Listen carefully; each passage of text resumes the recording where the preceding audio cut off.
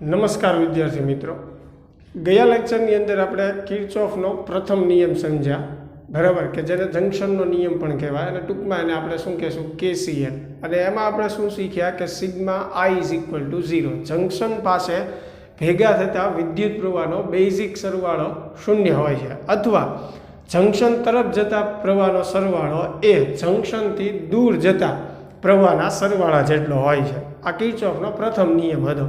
અને કિર્ચોફનો પ્રથમ નિયમ જે છે એ વિદ્યુતભાર સંરક્ષણના નિયમને રજૂ કરે છે. હવે આપણે વાત કરવાની છે કિર્ચોફના બીજા નિયમની, જેને લૂપનો નિયમ પણ કહેવાય, અથવા બંધ ગાળાનો નિયમ પણ કહેવાય, અથવા એને વોલ્ટેજનો નિયમ પણ કહેવાય છે. એટલે ટૂંકમાં એને KVL વડે પણ દર્શાવાય, કિર્ચોફ વોલ્ટેજ લો, બરાબર. એટલે એને બંધ ગાળાનો નિયમ પણ કહેવાય છે અને લૂપનો નિયમ પણ કહેવાય છે, કેમ કે ફરજિયાત આ નિયમ આપણે કોઈ પણ પરિપથમાં બંધ ગાળા માટે જ વાપરી શકીએ, એટલે એને બંધ ગાળાના નિયમ તરીકે પણ ઓળખવામાં આવે છે. તો સૌ પ્રથમ તો બંધ ગાળો કોને કહેવાય, લૂપ કોને કહેવાય, એ આપણે સમજીએ. જો અહીંયા તમારી સમક્ષ જે છે એક પરિપથ મેં રજૂ કર્યો છે કે જેની અંદર બે બેટરી આપણે આપેલી છે, જેના વોલ્ટેજ V1 અને V2 છે. અવરોધ 2-3 લઈ લઈએ આપણે, R1, R2 અને R3, એવી રીતે આખા પરિપથને આવી રીતે કોઈ પણ રીતે નામ આપી શકો. આપણે નામ આપી દઈએ A, B, C, D, E, F. જંક્શનની વાત તો આપણે કરી જ હતી. અહીંયા B અને E જે છે એ જંક્શન થશે, બાકી બધા જે છે એ નોડ્સ થશે, અથવા એને સિમ્પલ ભાષામાં શું કહેવાય, બિંદુઓ કહેવાય. તો અહીંયા બંધ ગાળો કોને કહેવાય? દાખલા તરીકે આ જે છે, જો બંધ ગાળો એટલે જ્યાંથી તમે શરૂઆત કરો છો ત્યાં જ પાછા આવો. તો B થી શરૂઆત કરો, B થી C, C થી D, D થી E અને E થી પાછા B. તો આ જે છે એક બંધ ગાળો થયો પરિપથમાં.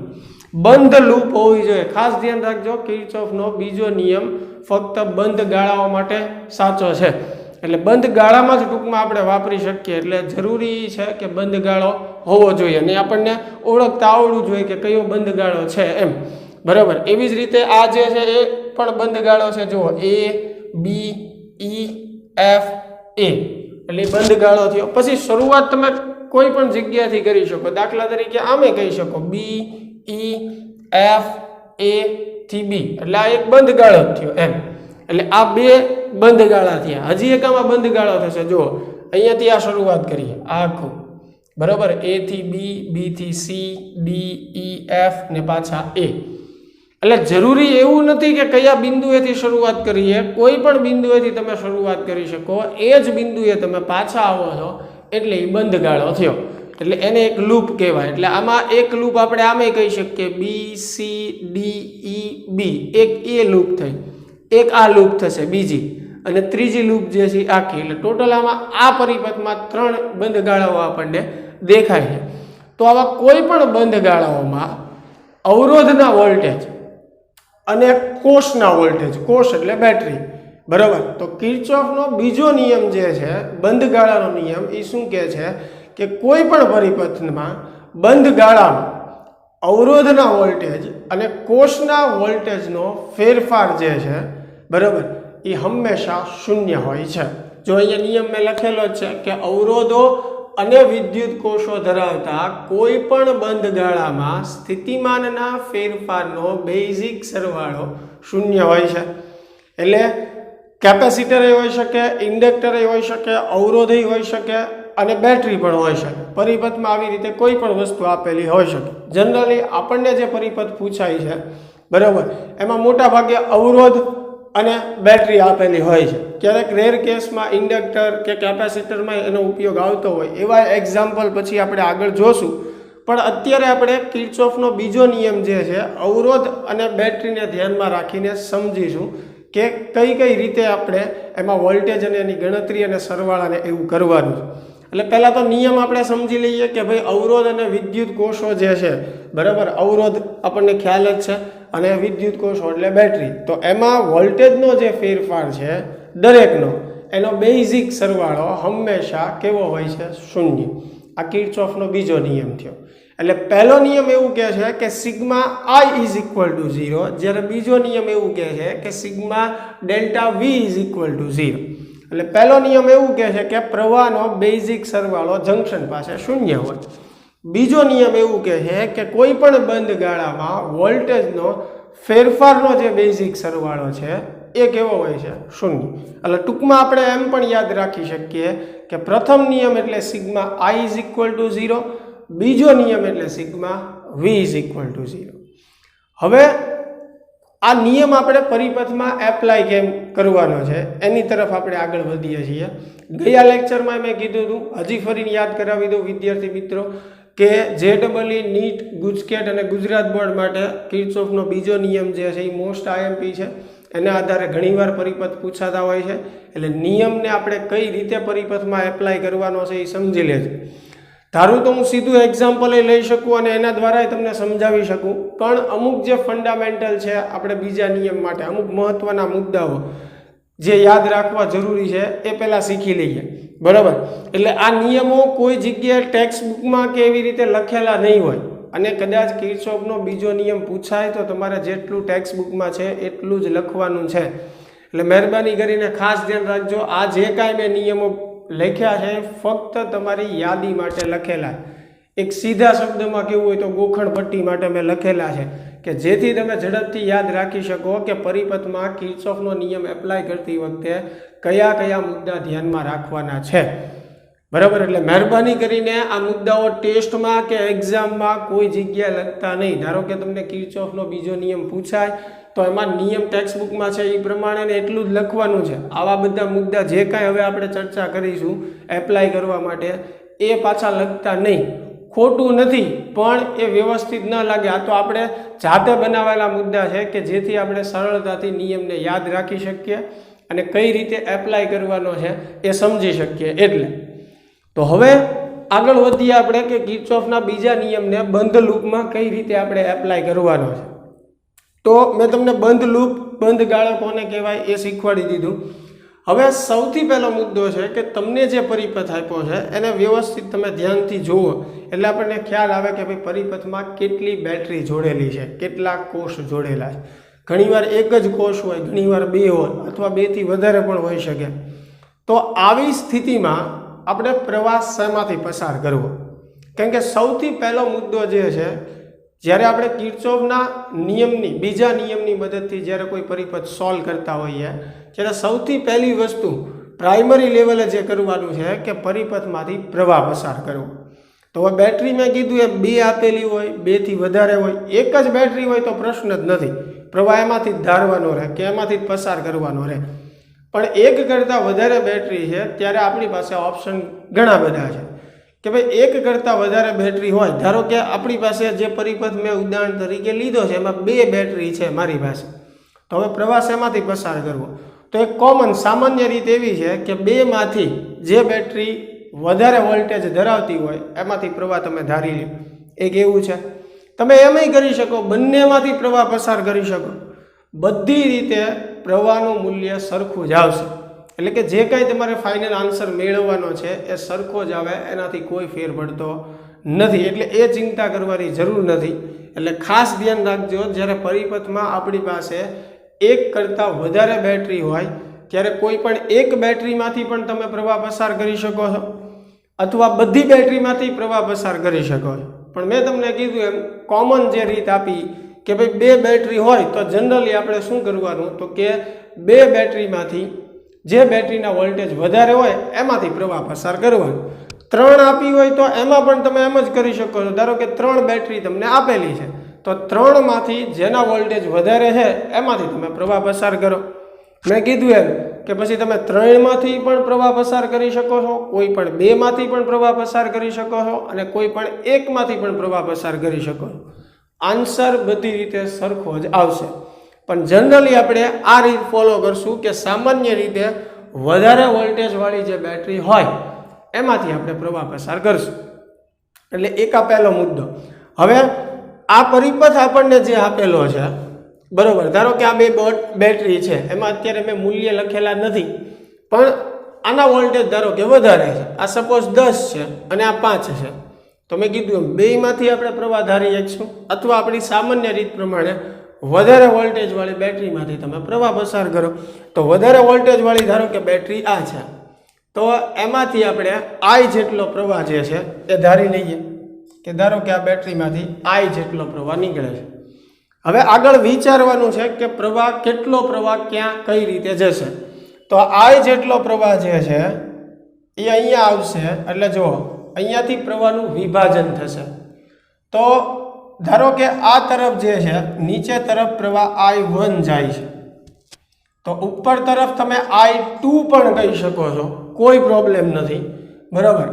અથવા આપણે એમય કહી શકીએ કે ટોટલ પ્રવાહ કેટલો આવતો હતો અહીંયાથી I, એમાંથી આ બાજુ I1 જેટલો ગયો, તો આ શાખામાં કેટલો જશે I માઇનસ I1. સમજાય છે? I1 અને I2 કહી શકાય, અથવા એક શાખામાં I1 ગયો છો તો બીજી શાખામાં કેટલો થશે I માઇનસ I1. આ બધી જે છે એ શાખા થઈ. જો BC છે, AB જે છે, બરાબર, એને બ્રાન્ચ કહેવાય અથવા શાખાઓ કહેવાય. તો આ શાખામાં I માઇનસ I1 જશે, આમાં I1. હવે આ I માઇનસ I1 પ્રવાહ જે છે આવી રીતે આમ પસાર થતો હશે અહીંયા, એવી જ રીતે I1 અહીંયા આવશે. બંને ભેગા થાય એટલે બંનેનો પાછો સરવાળો થશે, તો I1 વત્તા I માઇનસ I1. તો I1 ને માઇનસ I1 કેન્સલ, એટલે પ્રવાહ પાછો કેટલો થઈ ગયો I. તો જો આના ધન છેડામાંથી તમે પ્રવાહ I ધાર્યો હતો, એટલે એના ઋણ છેડામાં પ્રવાહ I દાખલ થવો જોઈએ. એટલે એક કોમન વસ્તુ ખાસ બાળકો યાદ રાખજો કે જે બેટરીમાંથી તમે એના ધન છેડામાંથી જેટલો પ્રવાહ ધારો છો, જેટલો પ્રવાહ પસાર કરો છો, એના ઋણ છેડામાં એટલો જ પ્રવાહ દાખલ થઈ જવો જોઈએ. તો પરિપથમાં તમે જે કાંઈ પ્રવાહનું વિભાજન કરેલું છે એ સાચું હોય. બેમાંથી કરો છો તો પણ એ જ વસ્તુ લાગુ પડે. ધારો કે આમાં તમે I1 પ્રવાહ ધારો, તો એ I1 આમ ફરી એના ઋણ છેડામાં જ્યારે આવે પ્રવાહ તો એ I1 જ થવો જોઈએ. આમાંથી તમે I2 ધારો તો એવી રીતે એના ઋણ છેડામાં જ્યારે દાખલ થાય ત્યારે I2 જ થવો જોઈએ, બરાબર. જો કાંઈ પ્રવાહમાં તમે ગણતરીમાં ભૂલ કરી હોય તો ઋણ છેડામાં દાખલ થતો પ્રવાહ જે છે એ વ્યવસ્થિત આવતો ન હોય. એટલે એવા સંજોગોમાં આપણે એકવાર ફરીને વિભાજન ચેક કરી લેવું પડે કે ભાઈ ક્યાં આપણી ભૂલ છે. એટલે એક બેઝિક અને પહેલો નિયમ જે છે કે જ્યારે મેં કીધું એમ એક કે એક કરતાં વધારે બેટરી હોય ત્યારે કોઈ પણ એકમાંથી પ્રવાહ પસાર કરી શકીએ છીએ, અથવા બધી બેટરીમાંથી પણ આપણે પ્રવાહ પસાર કરી શકીએ છીએ. પણ એક આપણે સામાન્ય રીત ફોલો કરશું કે વધારે વોલ્ટેજવાળી બેટરીમાંથી આપણે મોટા ભાગે પ્રવાહ પસાર કરીશું, અને એના ધન છેડામાંથી જેટલો પ્રવાહ આપણે બહાર કાઢીએ, ઋણ છેડામાં એટલો જ દાખલ થઈ જવો જોઈએ. તો આપણે પરિપથમાં જે પ્રવાહનું વિભાજન કરેલું હોય એ એક્ઝેક્ટ સાચું હોય. એટલે એક આ પહેલો મુદ્દો ધ્યાન રાખવાનો. હવે બીજી વાત એ છે કે જ્યારે આપણે કોઈ બંધ ગાળો લેશું એટલે આપણે વોલ્ટેજની ગણતરી કરવાની આવશે, અને એનો બેઝિક સરવાળો, અને એના બેઝિક સરવાળા બરાબર આપણે શું મૂકવાનું છે 0. તો વોલ્ટેજ આપણને પરિપથમાં કેપેસિટર આપેલું હોય, ઇન્ડક્ટર આપેલું હોય, અવરોધ આપેલો હોય અને બેટરી આપેલી હોય, આ ચારના આપણે લેવાના આવશે. પણ જનરલી મેં કીધું એમ તમારે અત્યારે જે ટેક્સ્ટ બુક પ્રમાણે ચાલીએ તો બધા દાખલામાં અવરોધ અને બેટરી એવા જ પરિપથ આવશે. પ્લસ આપણે બીજા એક્સ્ટ્રા સોલ્વ કરીએ ત્યારે આગળ એમાં વધીશું. પણ અત્યારે આપણે અવરોધ અને બેટરીવાળા પરિપથ ઉપરથી જ સમજીશું. તો કોઈ પણ બંધ ગાળામાં જ્યારે આપણે કિર્ચોફનો બીજો નિયમ વાપરીએ છીએ અને વોલ્ટેજની ગણતરી કરીએ તો બેટરી જ્યારે આવશે ત્યારે બેટરીના વોલ્ટેજ તો તમને આપેલા જ હોય છે. ખાસ ધ્યાન રાખજો, બેટરી જ્યારે પરિપથમાં આવતી હોય તો બેટરીના વોલ્ટેજ આપેલા હોય, અથવા મેળવવાના કીધા છે તો આપણે મેળવવાના હોય, બરાબર. પણ ટૂંકમાં બેટરીના વોલ્ટેજ તો સીધા હોય જ તે આપણી પાસે, અથવા ન હોય તો આપણે એને V કહી દઈએ. એટલે એમાં બહુ માથાકૂટ નથી. પણ જ્યારે અવરોધ હોય પરિપથમાં, તો ધારો કે મારે આ R2 ના વોલ્ટેજ મેળવવા છે, બરાબર. આ જે R2 અવરોધ છે એના વોલ્ટેજ મેળવવા છે. તો વોલ્ટેજ મેળવવાનું આપણે ઓમનું સિમ્પલ સૂત્ર છે, V બરાબર શું થાય IR. તો હવે ધારો કે આ અવરોધ કેટલો છે R2, એમાંથી પસાર થતો પ્રવાહ કેટલો છે I માઇનસ I1. તો R2 ના વોલ્ટેજ જે છે એ કેટલો થશે I માઇનસ I1 એને ગુણ્યા R2. V બરાબર સૂત્ર શું થાય IR થાય. એટલે જ્યારે પરિપથમાં આપણે કિર્ચોફનો બીજો નિયમ વાપરતા હોઈએ બંધ લૂપમાં, ત્યારે અવરોધના વોલ્ટેજ જે છે એ કઈ રીતે મળશે I ગુણ્યા R. એટલે ખાસ ધ્યાન રાખજો, જ્યારે આપણે પરિપથમાં I ઇન્ટુ R લખીએ છીએ એટલે શું લખીએ છીએ, અવરોધના વોલ્ટેજ લખીએ છીએ, એનો પ્રવાહ ગુણ્યા એના અવરોધનું મૂલ્ય, બરાબર. એટલે અવરોધના વોલ્ટેજ કઈ રીતે ગણવાના ખાસ એ સમજી લેજો. પણ નિયમમાં જ આપણે કીધું બેઝિક સરવાળો એટલે પ્લસ છે એ પ્લસ લેવાના છે, માઇનસ છે એ માઇનસ લેવાના છે. બરાબર. તો હવે પ્લસ અને માઇનસ કઈ રીતે નક્કી કરવાનું, બરાબર, તો સમજો કે મુસાફરીની દિશામાં આવતો પ્રવાહ આપણે ઋણ લેવાનો. હવે ધારો કે આ કોઈ અવરોધ છે R1, એમાંથી પ્રવાહ I1 પસાર થાય છે. હવે આ કોઈ બંધ લૂપ છે A થી B. હમણાં આપણે આ પરિપથમાં પણ શીખીએ છીએ, પણ એક બેઝિક સિમ્પલ કહું છું. મુસાફરીની દિશા એટલે તમે જે બંધ ગાળો લ્યો છો એ ધારો કે A થી B તરફનો લ્યો છો, એટલે આ આપણો પાથ થયો. બરાબર. મુસાફરીની દિશાથી આપણે કઈ તરફ જઈ રહ્યા છીએ? A થી B. એટલે આ આપણી મુસાફરીની દિશા છે. તો તમે જે દિશામાં જાઓ છો, બરાબર, એ જ દિશામાં પ્રવાહ જો સાથે સાથે આવતો હોય તો અવરોધના વોલ્ટેજ જે છે એ ઋણ લેવાના. મેં અહીંયા થોડુંક ટૂંકમાં લખ્યું છે, સરળતાથી યાદ રાખી શકો એટલે. હકીકતમાં આપણે એ પ્રવાહ ઋણ નથી લેતા, પણ શું કરીએ છીએ, એનો વોલ્ટેજ જે છે એ ઋણ લઈએ છીએ. ફરીને કહું છું કે મેં આ જે મુદ્દો લખ્યો છે કે મુસાફરીની દિશામાં આવતો પ્રવાહ ઋણ લેવો, એટલે કે હકીકતમાં આપણે ઋણ લેવાની વાત શું છે તો કે આ જે અવરોધ છે એના વોલ્ટેજ શું કરવાના? ઋણ લેવાના. બરાબર. પણ ટૂંકમાં યાદ રહી જાય એટલે મેં એવું લખ્યું છે કે પ્રવાહ ઋણ લેવો. હવે ધારો કે આ અવરોધ જે છે એના વોલ્ટેજ મારે લખવા છે, તો અવરોધના વોલ્ટેજ એટલે એનો પ્રવાહ કેટલો છે? I1. આનો અવરોધ કેટલો છે? R1. એટલે આ એના વોલ્ટેજ થઈ ગયા I1 ગુણ્યા R1. આ એના વોલ્ટેજ થયા. હવે પ્લસ મૂકવા કે માઇનસ? તો કઈ રીતે કે આપણે જે દિશામાં જઈએ છીએ એ જ દિશામાં જો પ્રવાહ આવતો હોય, એટલે કે મુસાફરીની દિશામાં જ પ્રવાહ હોય, તો શું લેવાનું છે? ઋણ. એટલે આગળ માઇનસ નિશાની આવશે.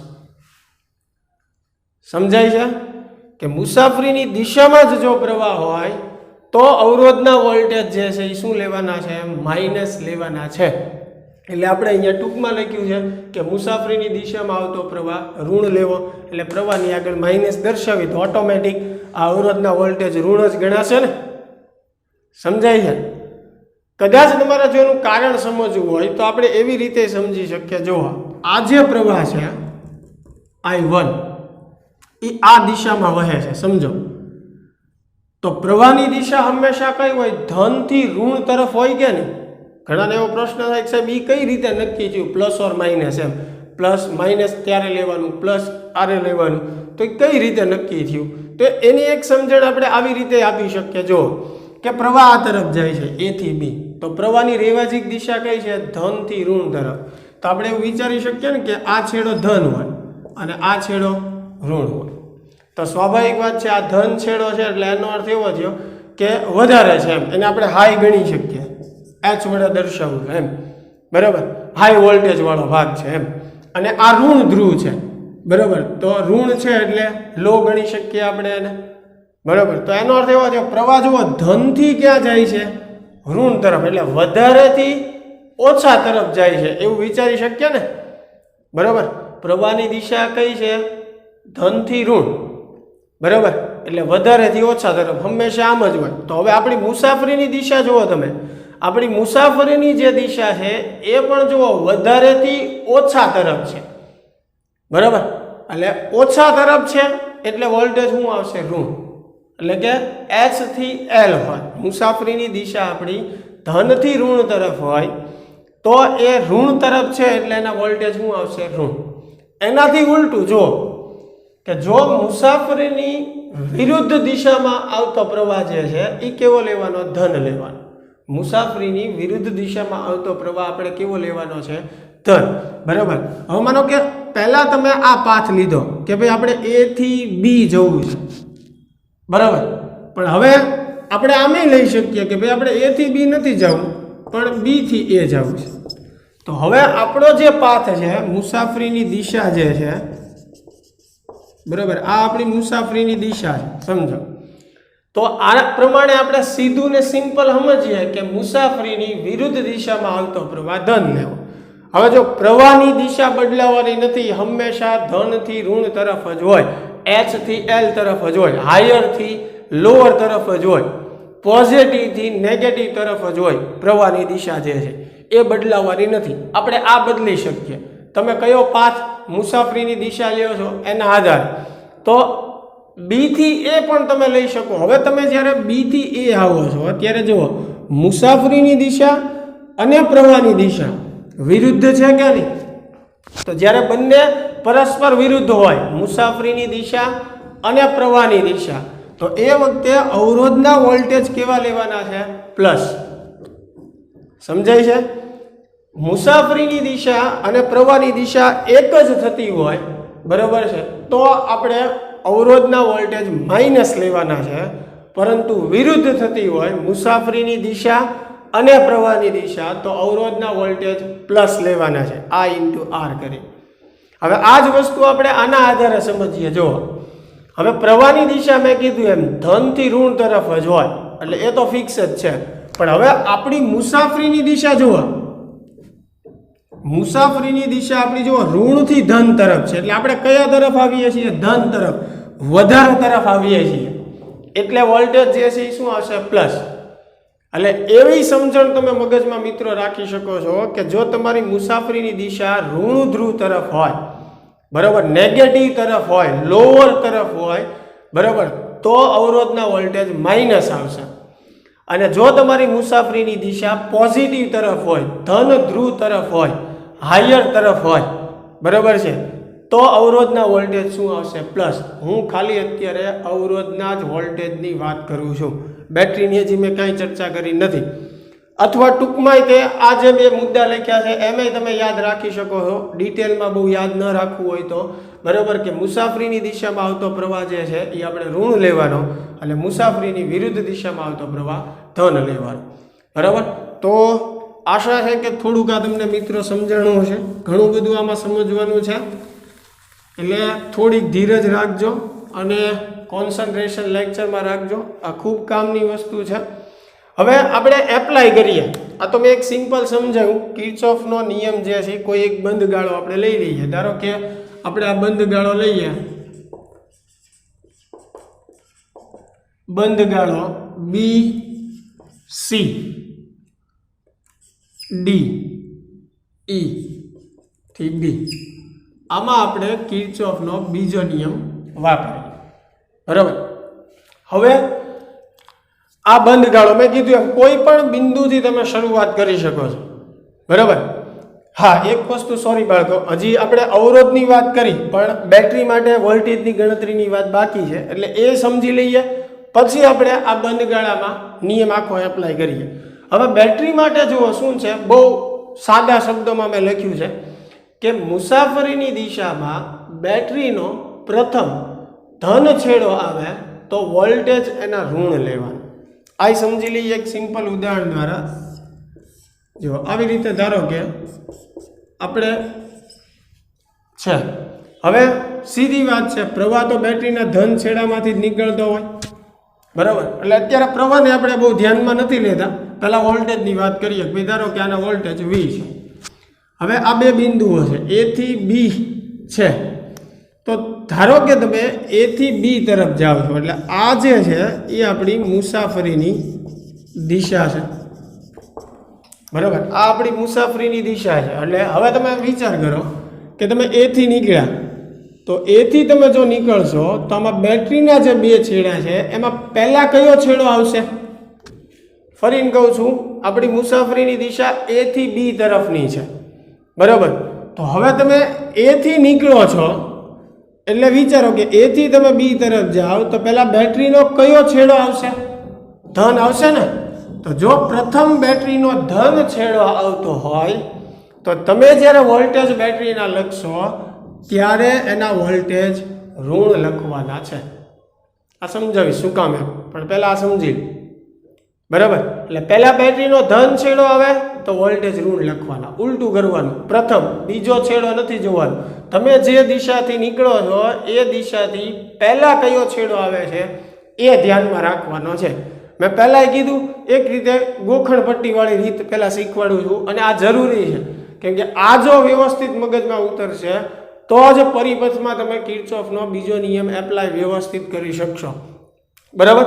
એટલે પ્રથમ ધન છેડો આવે તો વોલ્ટેજ માઇનસ લખવાના. હવે માનો કે મુસાફરીની દિશા આપણી આ લઈએ,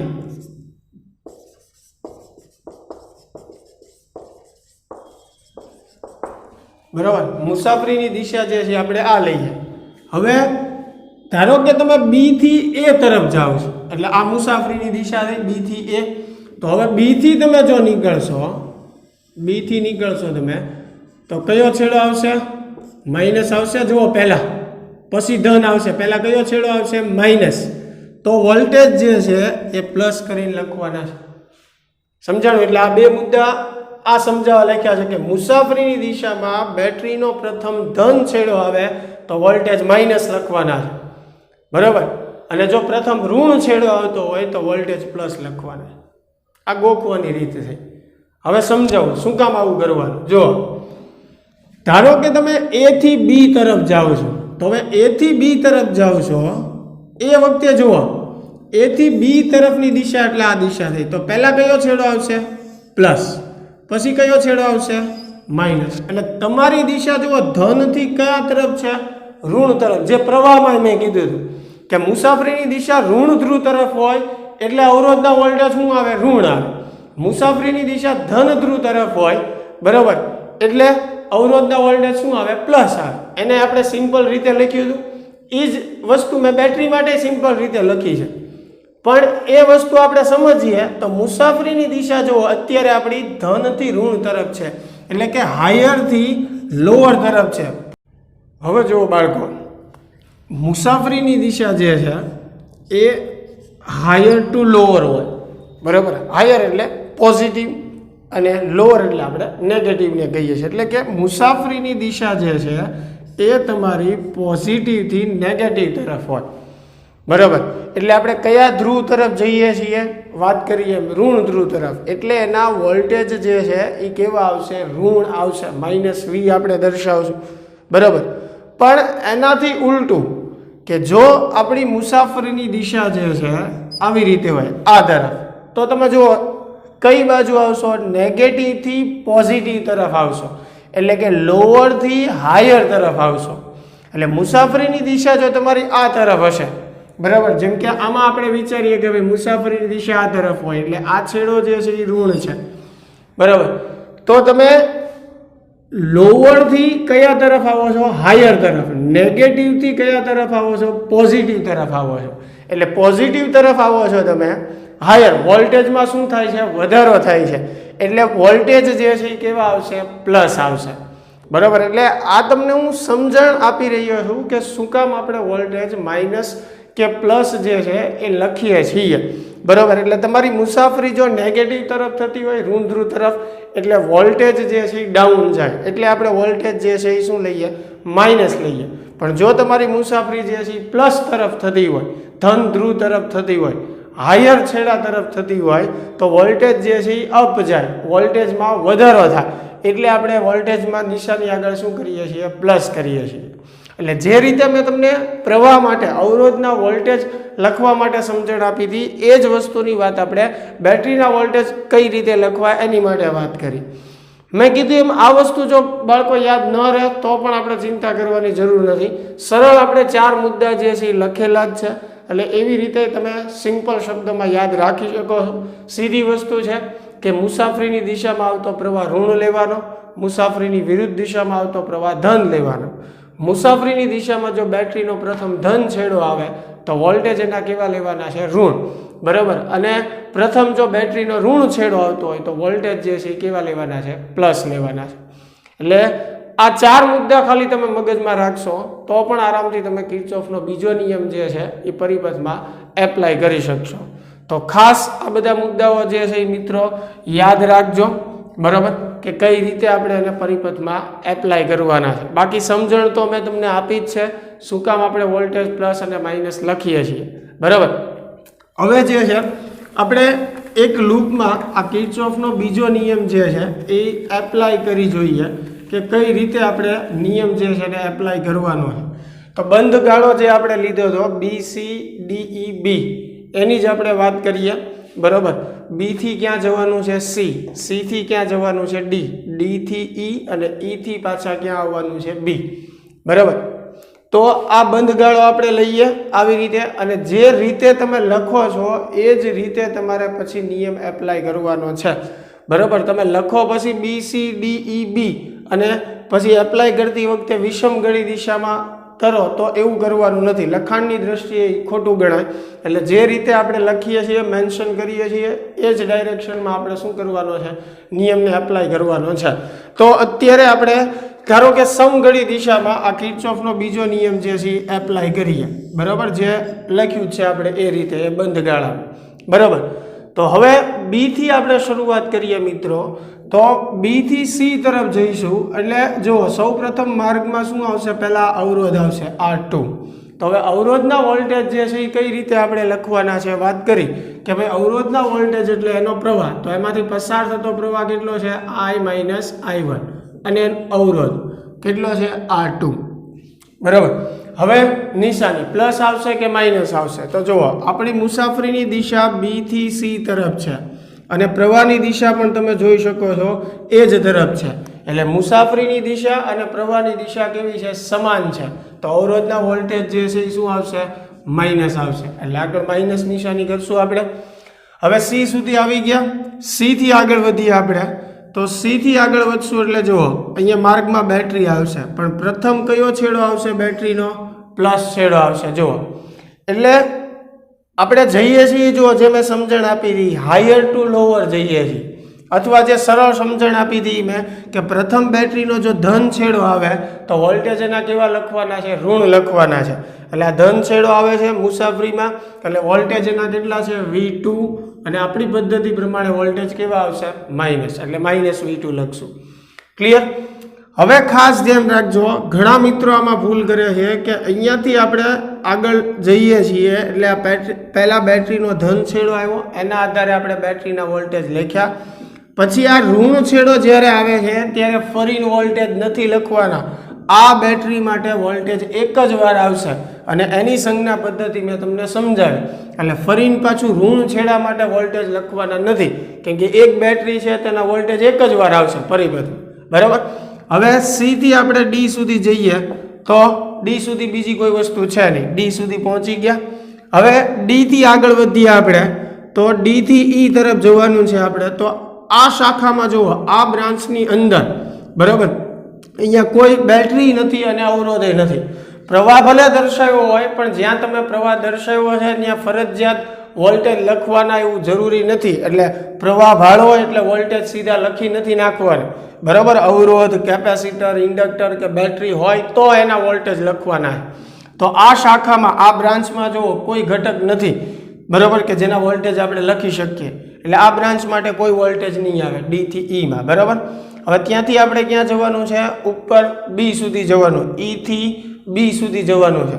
તો ઈ થી બી સુધી આપણે જશું એટલે જુઓ, આપણી મુસાફરીની દિશા ઉપર તરફ થશે, પણ પ્રવાહની દિશા તમે જોઈ શકો છો ક્યાં છે? નીચે તરફ છે. એટલે પ્રવાહ અને મુસાફરીની દિશા પરસ્પર વિરુદ્ધ થશે અને એના માર્ગમાં શું આવે છે? એક અવરોધ R3, બરાબર. તો આપણે અવરોધ R3 ના વોલ્ટેજ લખવા હોય તો કઈ રીતે લખી શકીએ? એનો પ્રવાહ એટલે કે એમાંથી પસાર થતો પ્રવાહ કેટલો થશે? I1, બરાબર. અને એનો અવરોધ કેટલો છે? R3. એટલે આ જે છે એના વોલ્ટેજ થયા I1 × R3. હવે સંજ્ઞા પ્લસ આવશે કે માઇનસ આવશે? હવે તો યાદ રહી જવું જોઈએ, બરાબર. મુસાફરીની દિશા ઉપર તરફ છે, પ્રવાહ નીચે તરફ છે, બંને પરસ્પર વિરુદ્ધ દિશામાં છે, એટલે એના વોલ્ટેજ શું આવશે? પ્લસ. હવે ઈ બિંદુ સુધી આપણે પહોંચી ગયા, સોરી, બી બિંદુ સુધી આપણે પહોંચી ગયા, બરાબર. એટલે બધાના વોલ્ટેજના તફાવતનો જે સરવાળો છે બરાબર શું લખવાનું? 0. કિર્ચોફના બીજા નિયમ પ્રમાણે. એટલે ઇઝ ઇક્વલ ટુ આપણે શું મૂકીએ? 0. તો આવી રીતે આપણે કિર્ચોફનો બીજો નિયમ છે એ બંધ ગાળાઓમાં વાપરવાનો છે. અને આ વોલ્ટેજ જે છે એ મિત્રો 0 જ થાય. શું કામ 0 થાય? તો કે કોઈ પણ બંધ ગાળાની જ્યારે આપણે વાત કરીએ એટલે એનો અર્થ એવો થયો કે જે બિંદુએથી આપણે મુસાફરીની શરૂઆત કરીએ છીએ એ જ બિંદુએ આપણે પાછા આવીએ છીએ. તો તો સ્થિતિમાનની વ્યાખ્યા યાદ કરો. સ્થિતિમાન એટલે શું છે? એકમ ધન વિદ્યુતભાર દીઠ થતું કાર્ય જ છે, બરાબર. અને કાર્ય માટે આપણને ખબર છે કે વિદ્યુત ક્ષેત્રમાં કરવું પડતું કાર્ય માર્ગ ઉપર આધારિત નથી, એ ફક્ત પ્રારંભિક અને અંતિમ બિંદુ પર જ આધારિત છે. હવે પ્રારંભિક બિંદુ અહીંયા ગણો તો બી જ છે, અંતિમ બિંદુ ગણો તોય બી જ છે. તો બી થી બી સુધી આપણે આવીએ ફરીને તો થતું કાર્ય કેટલું થાય? શૂન્ય. તો થતું સ્થિતિમાનનો જે તફાવત છે બધાનો થઈને જે કંઈ સરવાળો એ પણ શું થશે? શૂન્ય જ થશે, બરાબર. આ તો ખાલી એક સમજણ આપી. બાકી મેં કીધું એમ નિયમ આવી રીતે આપણે એપ્લાય કરવાનો છે કોઈ પણ બંધ ગાળા માટે. હવે જુઓ, કદાચ તમને એવો ડાઉટ હોય કે સાહેબ આપણે વિષમઘડી દિશામાં નિયમ એપ્લાય કર્યો હોત તો કદાચ ફેર પડે, સંજ્ઞા જુદી આવે તો જવાબ જુદો આવી શકે. ના, બધી રીતે તમે સરખું જ આવે. સમઘડી દિશામાં એપ્લાય કરો કે વિષમઘડી દિશામાં એપ્લાય કરો, કોઈ ફેર પડતો નથી.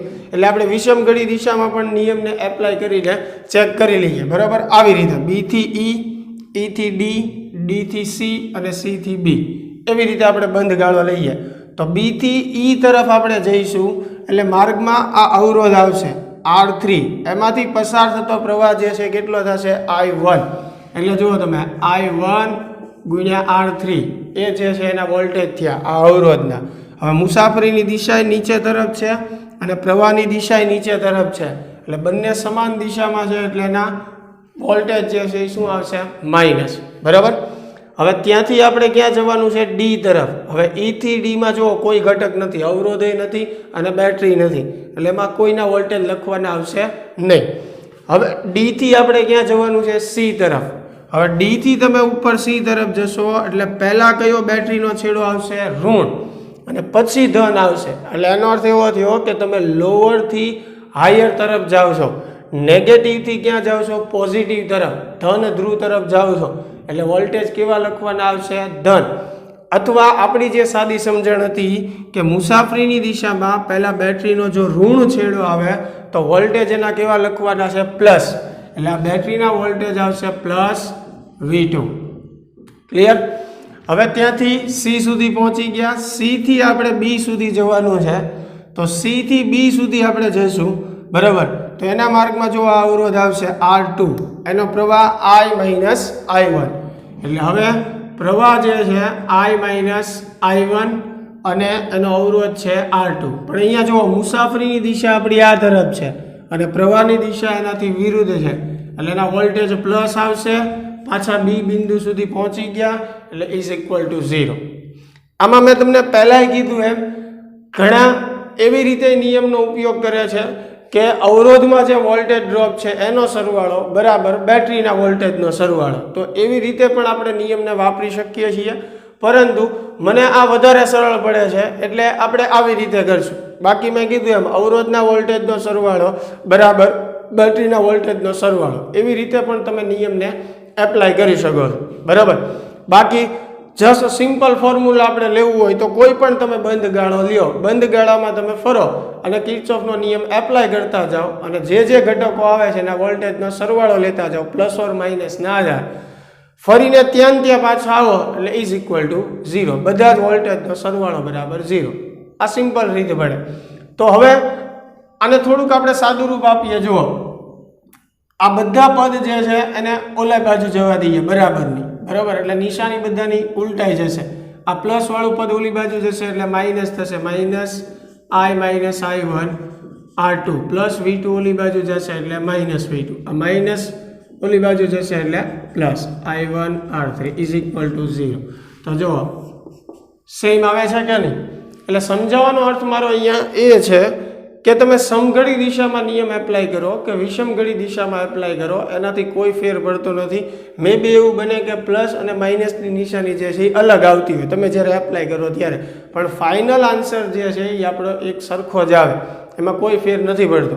જ્યારે તમે એક લૂપ લ્યો છો અથવા એક કરતાં વધારે લૂપની જરૂર પડતી હોય નિયમને એપ્લાય કરવા માટે, 2 લૂપ લ્યો તો એની માટે એવું જરૂરી નથી કે આ લૂપની અંદર તમે સમઘડી દિશામાં નિયમ એપ્લાય કર્યો છે તો હવે આ જ પરિપથમાં તમે જ્યારે બીજી લૂપ લ્યો છો તો એમાં પણ સમઘડી દિશામાં જ એપ્લાય કરવો, એવું કોઈ વસ્તુ જરૂરી છે નહીં. અગાઉ કીધું છે અને ફરી હું તમને યાદ કરાવું છું કે કિર્ચોફના નિયમનો વધારે ફાયદો અથવા એમાં વધારે સરળ વસ્તુ એ છે કે કોઈ વસ્તુ નિયમ એપ્લાય કરવા માટે તમારે ગોખવાની જરૂર નથી, સિવાય કે એના જે 4-5 નિયમો છે એ.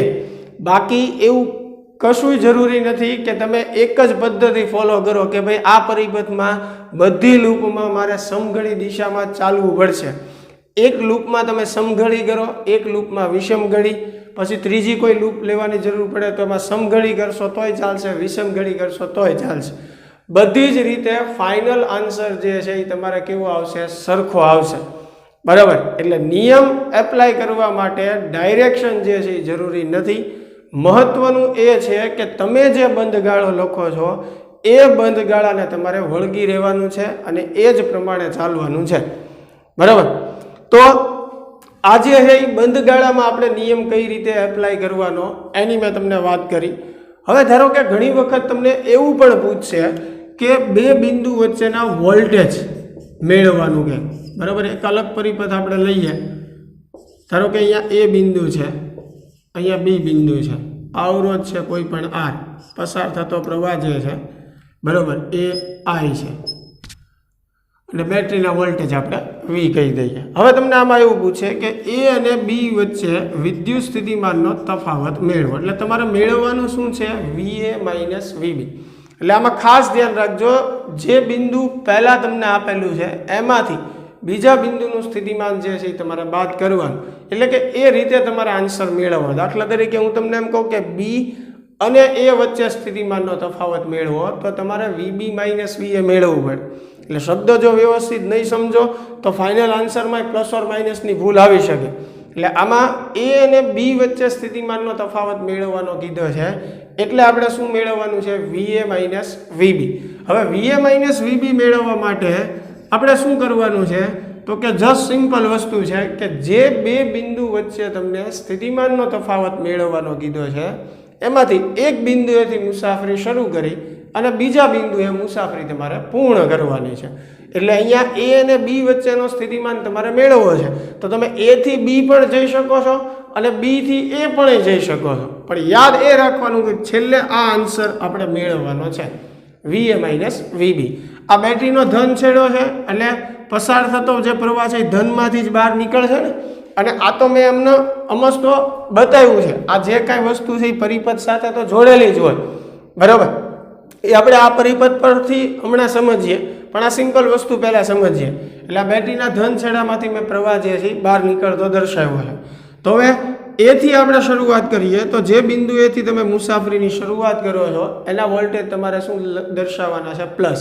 એટલે VA પ્લસ હું દર્શાવીશ. ત્યાંથી આપણે બી તરફ જવાનું છે એટલે માર્ગમાં પહેલાં અવરોધ આવશે. અવરોધના વોલ્ટેજ એટલે એનો પ્રવાહ ગુણ્યા એનો અવરોધ એટલે I/R થશે. હવે આપણી મુસાફરીની દિશા જે છે આ તરફ છે પણ પ્રવાહની દિશા જો આપણી વિરુદ્ધ છે એટલે આના વોલ્ટેજ શું આવશે? પ્લસ. હવે ત્યાંથી આપણે આગળ વધશું એટલે પહેલાં બેટરીનો કયો છેડો આવશે? ધન છેડો આવશે. જો તો બેટરીનો ધન છેડો આવે તો એના વોલ્ટેજ આપણે શું કરવાના? ઋણ કરીને લખવાના એટલે માઇનસ આવશે. હવે બી પાસે આપણી મુસાફરી પૂર્ણ થશે એટલે જે બિંદુએ તમે મુસાફરી પૂર્ણ કરો છો એના વોલ્ટેજ હંમેશા ઋણ લખવાના છે એટલે માઇનસ VB આવશે.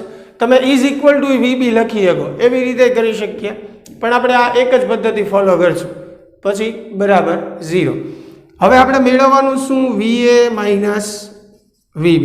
તો VA માઇનસ VB ને સૂત્રનો કરતા બનાવીએ. બાકી બધી વસ્તુ ઓલી બાજુ જવા દો એટલે માઇનસ V જે છે પ્લસ, આ પ્લસ IR જે છે એ માઇનસ. પછી આપણને જો કંઈ કિંમત આપેલી હોય તો એ મૂકીને તમે સાદું રૂપ આપી શકો છો અને ફાઇનલ આન્સર મેળવી શકો.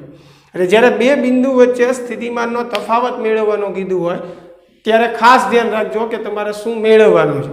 મેં કીધું એમ કે VA માઇનસ VB મેળવવા માટે તમે A થી B પણ જઈ શકો છો અને B થી A પણ આવી શકો છો.